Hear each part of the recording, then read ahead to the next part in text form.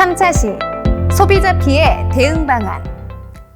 앞서 피해 사례에 대해 살펴보았는데요. 그렇다면 소비자들이 피해가 생겼을 때 어떻게 대응할 수 있을까요?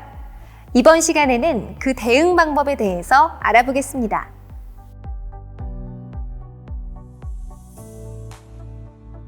온라인 쇼핑몰 등을 통한 전자상거래가 증가함에 따라 소비자의 불만이나 피해도 계속 증가하고 있는데요.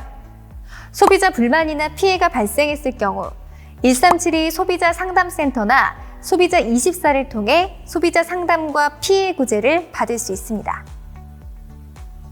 먼저 1372 소비자 상담센터에서 제공하는 서비스에 대해서 알아보겠습니다.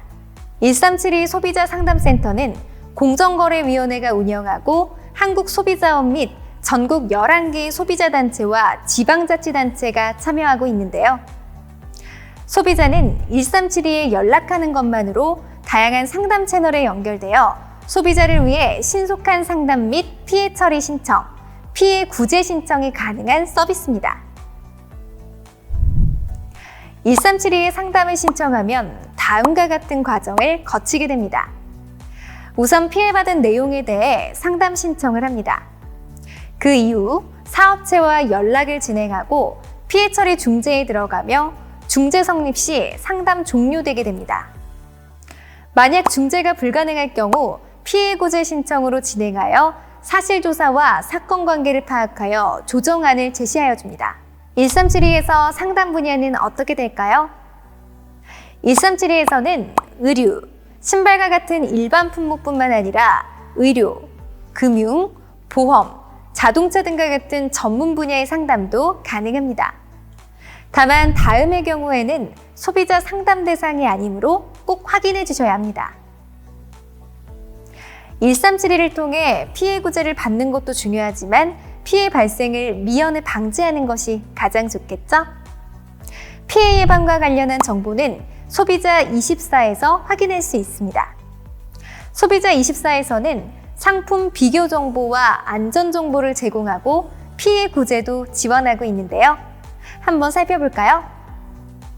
먼저 소비자24에서는 상품의 기능, 성분과 같은 기본 정보를 알 수 있고 상품에 대한 리콜 정보도 얻을 수 있습니다.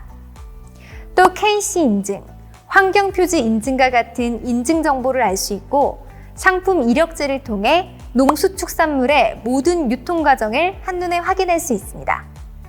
이러한 정보들은 소비자24 홈페이지에 들어가 직접 상품을 검색하거나 소비자24 어플리케이션에서 바코드 또는 QR코드를 이용하여 확인할 수 있습니다. 이뿐만 아니라 소비자24에서는 민원이 많이 발생하는 쇼핑몰에 대한 정보도 공개하고 있는데요. 한 달 동안 동일 쇼핑몰에 대해 청약철의 방해, 배송 및 환급 지연 등으로 소비자 상담이 많이 접수된 쇼핑몰을 확인할 수 있습니다. 이렇게 반복적으로 소비자 피해가 발생하는 업체에 대해 알게 되면 그만큼 피해를 예방할 수 있겠죠?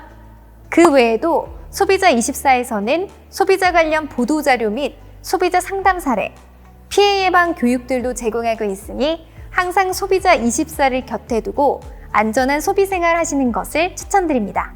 마지막으로 소비자 피해를 줄이기 위해 개인적으로 해야 할 노력들에는 어떤 것들이 있을까요? 우선 주문, 결제 등 거래와 관련된 증빙 서류를 보관하는 것이 중요합니다. 소비자 피해나 분쟁이 발생한 경우 이를 입증하기 위해 증빙 서류가 필요할 수 있으므로 관련 자료는 보관해 두는 것이 안전합니다. 또한 구매하려는 상품과 그 상품을 판매하는 쇼핑몰을 꼼꼼히 점검하는 자세가 필요합니다. 특히 사기 피해가 많이 발생하는 해외 직구 물품에 대해서는 해외 직접 구매가 가능한 품목인지, 국내에서 사용할 수 있는지, 제품의 통관 조건 및 그에 따른 관세를 잘 확인하고 구매하는 것이 중요합니다. 소비자들의 피해를 방지하기 위해 공정거래위원회와 한국소비자원 등 여러 기관에서 노력하고 있지만 무엇보다 중요한 것은 소비자 스스로 피해를 예방하는 방법을 알고 있는 것입니다. 전자상거래가 나날이 늘고 있는 오늘날, 이번 강의가 여러분의 권리 보호에 도움이 되셨기를 바라면서 이번 영상 마치겠습니다. 시청해주셔서 감사합니다.